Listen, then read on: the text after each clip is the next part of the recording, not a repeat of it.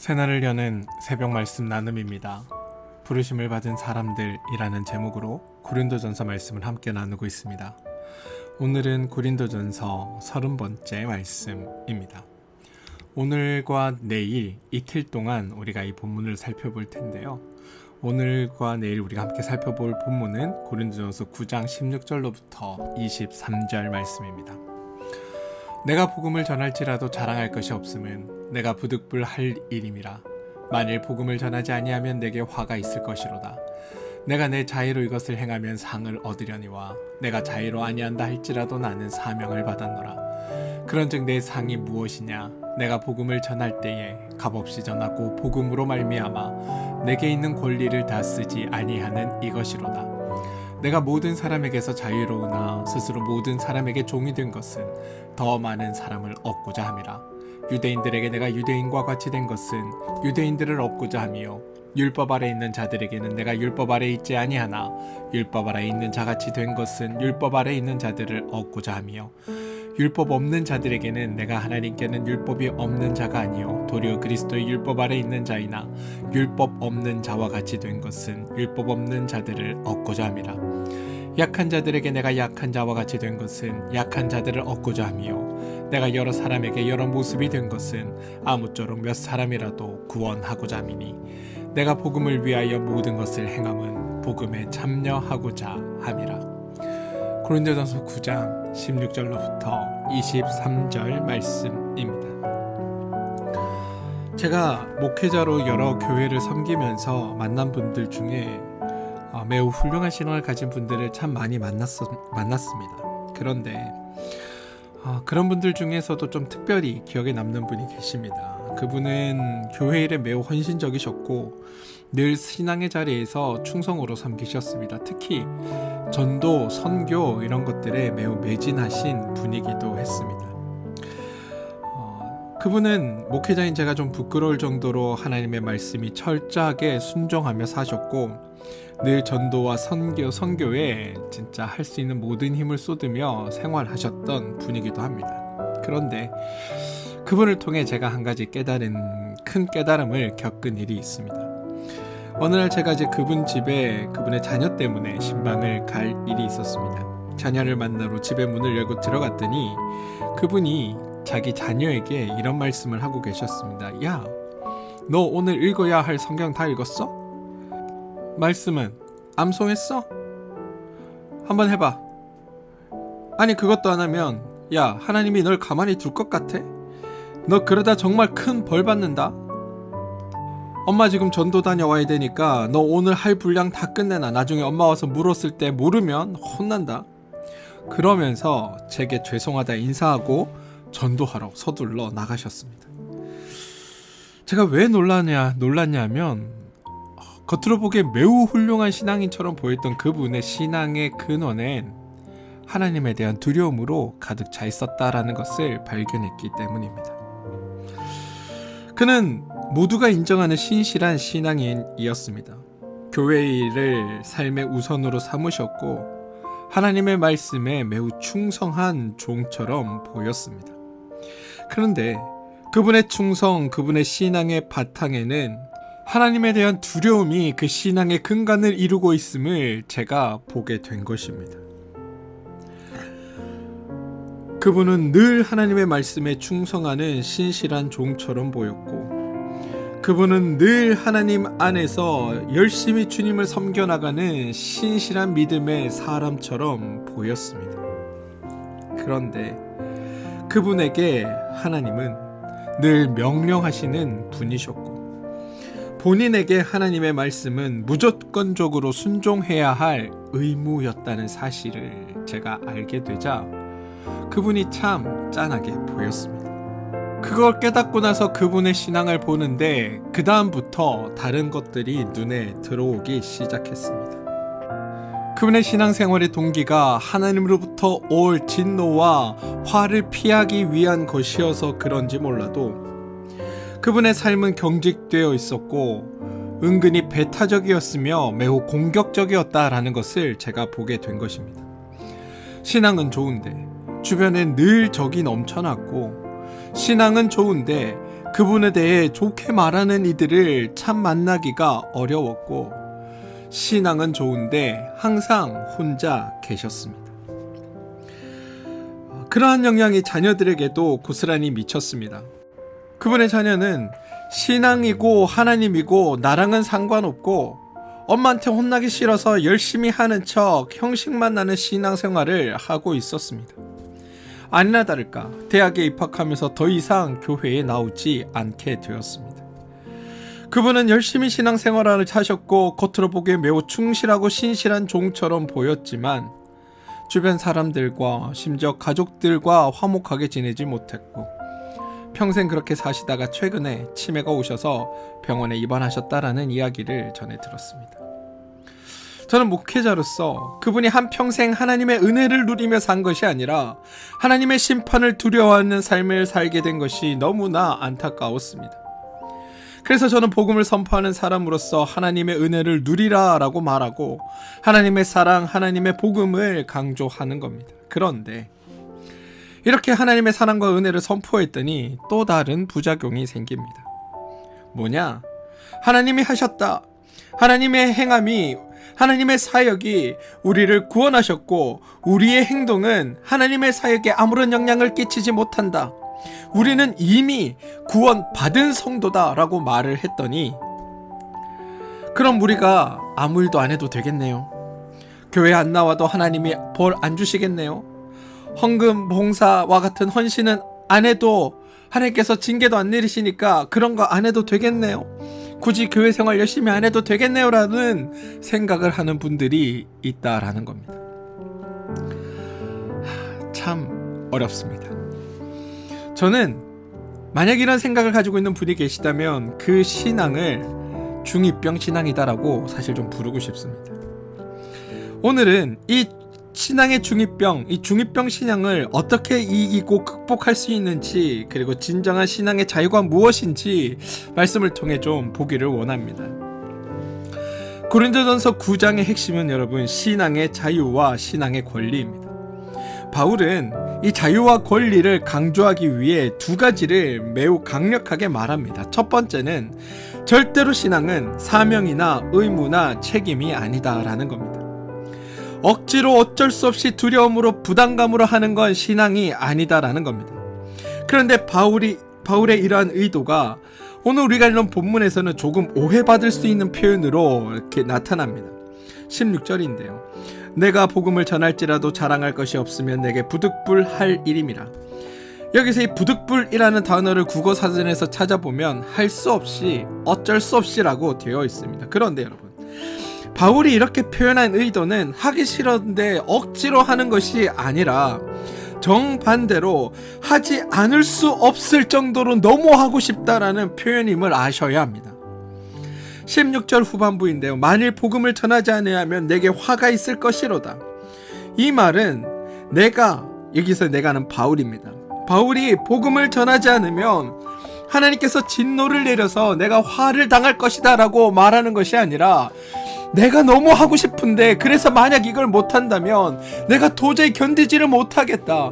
내가 이걸 너무 하고 싶어 참을 수가 없다. 내가 이거 진짜 하고 싶은데 이걸 못하게 하면 나 화병 나 죽을 것 같다라는 표현과 마찬가지입니다. 하지 않으면 기쁘지 않을 것 같다라는 의미라는 겁니다. 그래서 16절 전체 의미는 그만큼 내가 하고 싶다, 너무 하고 싶다를 강조하는 겁니다. 이 내용을 조금 다르게 해서 17절이 등장하는데요. 내가 내 자유로 이것을 행하면 상을 얻으려니와 내가 자유로 아니한다 할지라도 나는 사명을 받았노라. 이걸 바울의 관점으로 풀어보면 나는 사명을 받은 것이 아니다. 사명 때문에 하는 것이 아니라 온전히 내 자유로, 내 열심으로, 내 발로 내가 이 일을 한다라는 의미입니다.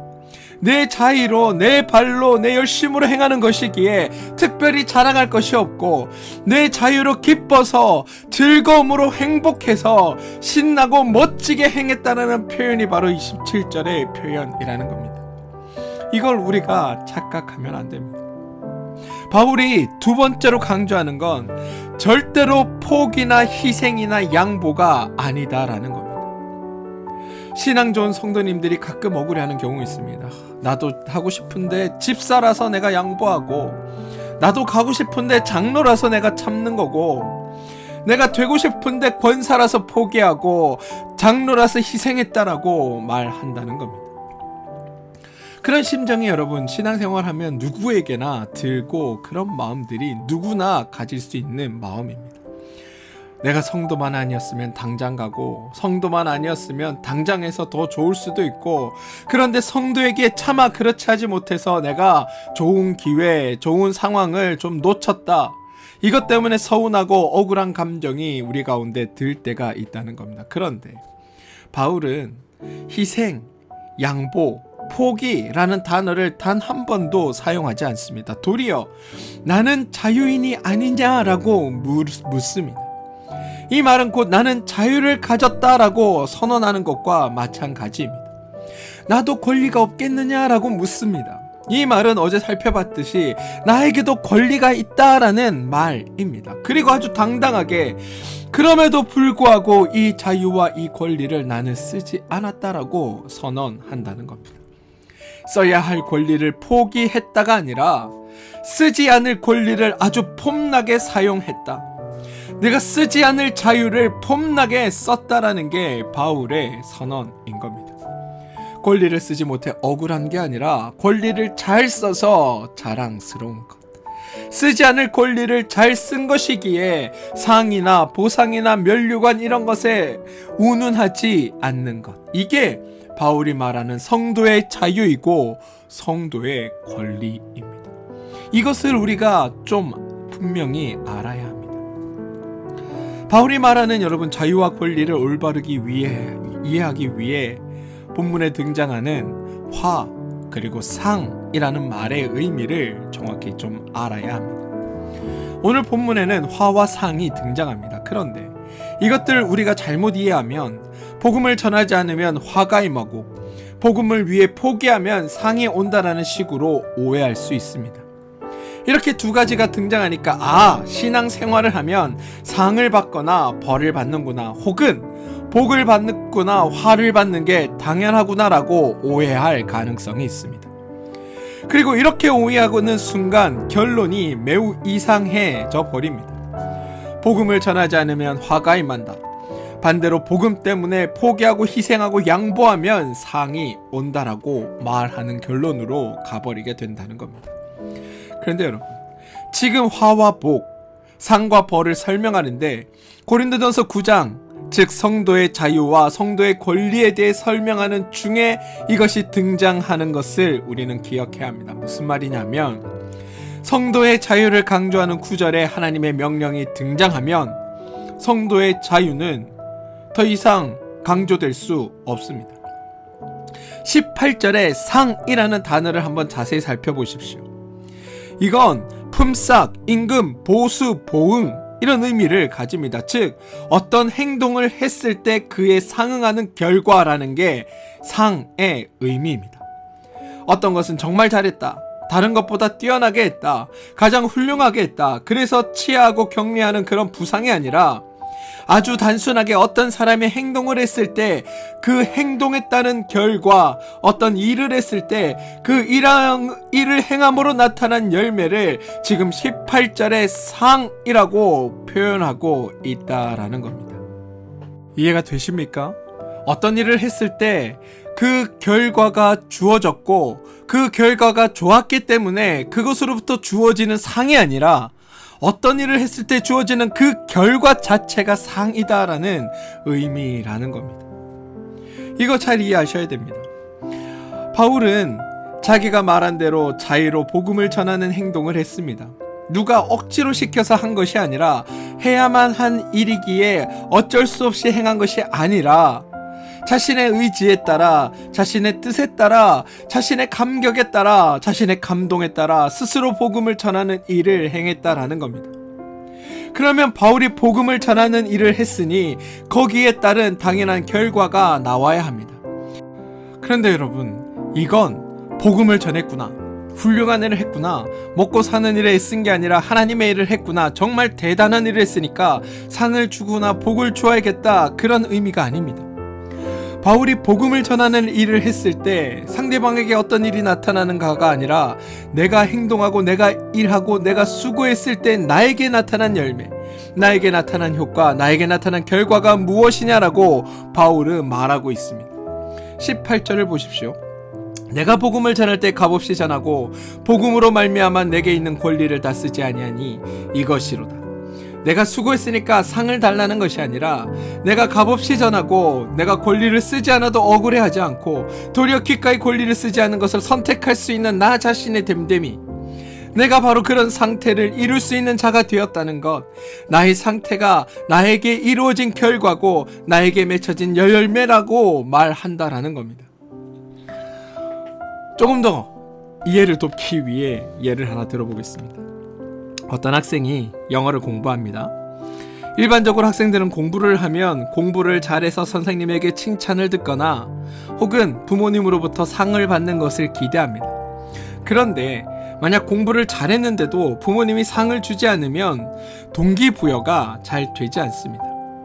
그걸 바울식으로 설명하면, 내가 만약 영어 공부를 열심히 한다면 그 영어 공부를 열심히 했을 때 받을 수 있는 상, 영어 공부를 열심히 한 결과는 네가 영어를 잘하게 된 것이다 라고 말하는 거라는 겁니다. 부모가 상을 주지 않아도 본인이 영어 공부를 열심히 해서 나에게 영어가 잘하게 되었다는 결과를 얻은 것, 그게 상이라는 겁니다. 그리고 내가 영어를 잘하게 된 것으로 말미암아 감격하는 겁니다.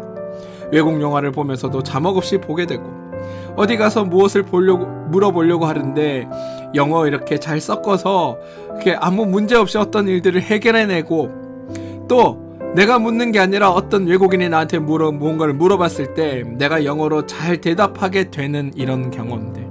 그래서 내 설명을 듣는 외국인이 아하 땡큐라는 말을 내가 들었을 때 그 짜릿함, 이런 것들이 영어를 공부하는 내게 상이 된다라는 겁니다.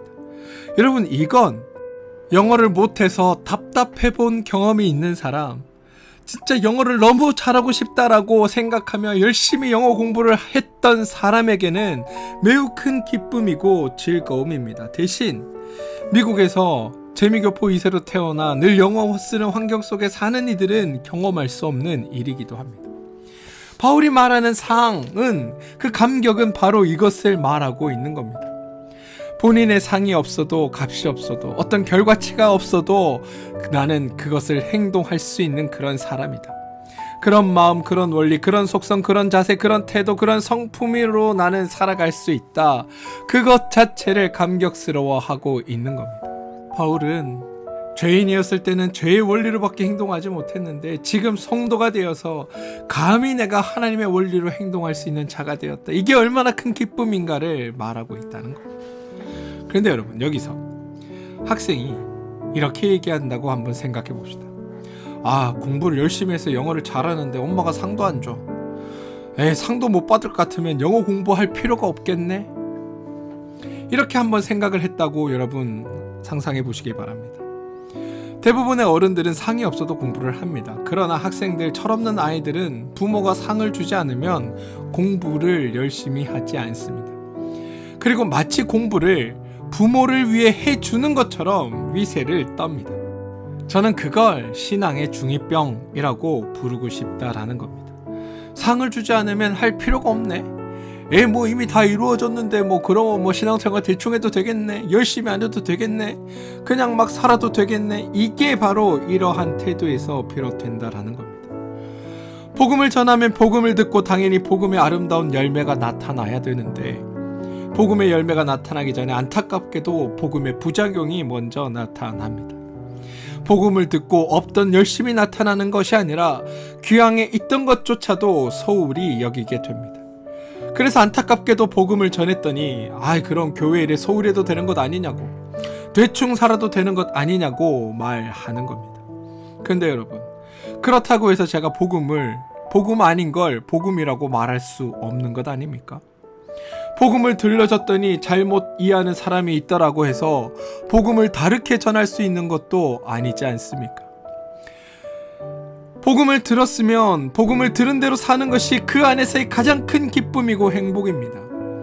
그런데 거기에서 엉뚱한 생각을 한다는 건 스스로를 망치는 일이라는 것을 그냥 여러분들이 이제는 아시길 바랍니다.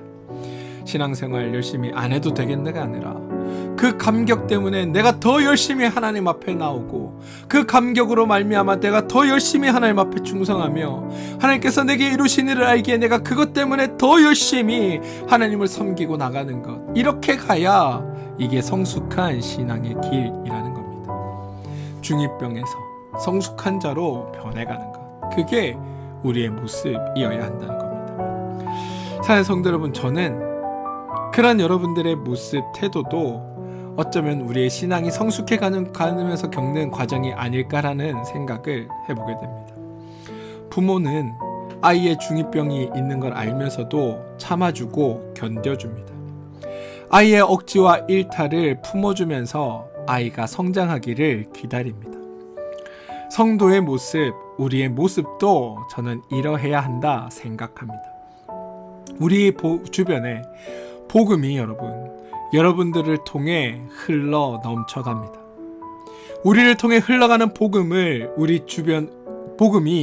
우리의 주변을 생명으로, 기쁨으로, 감격으로 적시며 나를 둘러싼 모든 주변을 풍요롭고 아름답게 물들어 갑니다. 이게 복음이 우리 가운데 들어와 흘러나가며 하는 일들입니다.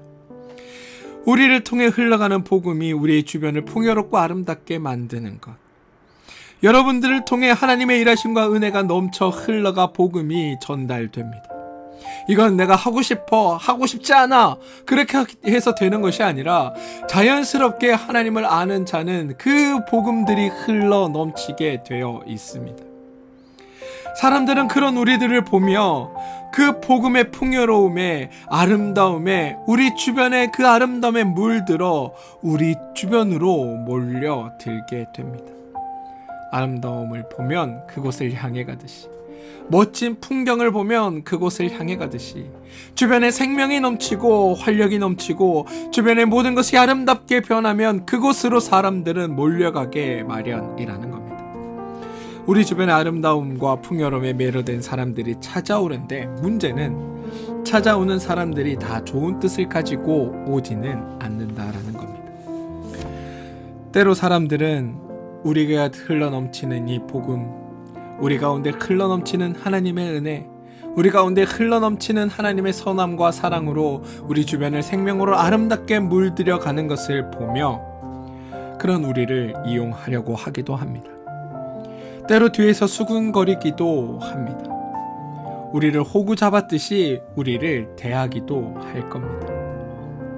우리를 질시하고 질투하고 저 사람이 가지고 있는 모든 것을 빼앗고 싶어 하는 마음을 가지는 사람들이 있기도 합니다. 그리고 그런 것들을 경험할 때마다 참을 수 없는 분노가 나타나기도 하고 화가 넘쳐나기도 할 겁니다. 사랑으로 대했더니, 하나님의 마음으로 대했더니 돌아오는 것은 배신이고 돌아오는 것은 나를 이용하려는 악한 마음뿐이구나 라는 생각이 들 수도 있을 겁니다. 심지어 그래, 세상은 착하게 살면 안 돼 라는 생각이 들지도 모릅니다. 그런데 여러분, 그때마다 내가 하나님의 성도됨을 기억하시기 바랍니다. 하나님이 우리 가운데 이루어내신 일들을 기억해내시길 소망합니다. 여러분, 하나님도 우리를 참아주시고 기다려주시지 않으셨습니까? 심지어 예수님은 자신을 믿었던 제자들마저 그분을 배신하여도 놀라운 사랑으로 그들을 참아주시고 품어주셨습니다. 심지어 하나님이 어디 있냐고 떠들던 그들을 하나님은 포기한 것이 아니라 그들도 감싸주셨습니다. 심지어 나 같은 자도 사랑해 주셨고 은혜로 구원하셨으며 그분의 품에서 놓치지 않겠다고, 끝까지 포기하지 않겠다고 말씀하시며 오늘도 그 사랑을 우리 가운데 베풀어 주고 계신 것 아닙니까? 우리가 여전히 하나님을 알지 못하지만 하나님은 하나님의 일을 하심으로 우리를 자녀 삼아주시고 우리를 생명 가운데로 인도하시며 우리를 구원하셨습니다. 하나님도 참으시는데 하물며 우리야 어떻게 해야 할까요? 우리도 마찬가지 아닙니까? 품어주고 기다려주고 그러면서 우리 가운데 하나님을 닮은 성품이 흘러넘쳐 우리의 주변을 물들어 나가게 하는 것. 그래서 하나님의 크신 은총과 위로와 축복이 우리의 삶을 물들여 나가도록 우리가 살아가는 것. 그게 성도인 우리가 해야 할 일이라는 겁니다. 그 일을 위해 기꺼이 나의 자유를 쓰지 않고 나의 권리를 쓰지 않고 그리스도의 아름다운 은혜를 드러내는 것. 그게 하나님을 믿는 우리의 모습이어야 한다는 겁니다. 사랑하는 성도 여러분, 저는 그 일들이 여러분 가운데 나타나게 되길 소망합니다. 하나님의 아름다움을 나타내는 일에 여러분들이 더욱더 사용되어지길 소망합니다. 그리고 그곳에 참으로 하나님을 알게 되는 이들이 넘쳐나는 참된 복음의 전도가 나타나길 소망합니다. 사랑하는 성도 여러분, 중2병 걸린 아이가 나이가 들어 철이 들듯이 우리의 신앙이 먼저 성숙해져서 고린도전서 9장 19절 말씀처럼 내가 모든 사람에게서 자유로우나 스스로 모든 사람에게 종이 된 것은 더 많은 사람을 얻고자 함이라는 고백의 단계로 우리가 나아가게 되길 소망합니다. 여러분으로부터 흘러나오는 생명이, 여러분으로부터 흘러나가는 그 은혜와 복음이 여러분의 주변을 아름답고 생명 넘치며 아름드리 나무들이 자라고 온갖 존귀한 열매들이 맺어가서 결국 더 많은 사람들을 얻는 귀하고 복된 삶으로 나아가게 되시길 주님의 이름으로 축원드립니다. 함께 기도하겠습니다. 주님, 우리가 하나님을 닮은 자들로 살아가길 원합니다. 하나님의 성품을 닮아가는 신앙의 성숙을 이루길 소망합니다. 그리스도의 복음을 전하는 기쁨이 내게 상이 되고 복음으로 말미암아 내게 있는 권리를 주장하지 않는 자랑이 우리 가운데 있게 하여 주시옵소서. 그래서 나의 주변을 그리스도의 사람들로 채워가게 하여 주옵소서. 예수님의 이름으로 기도합니다. 아멘.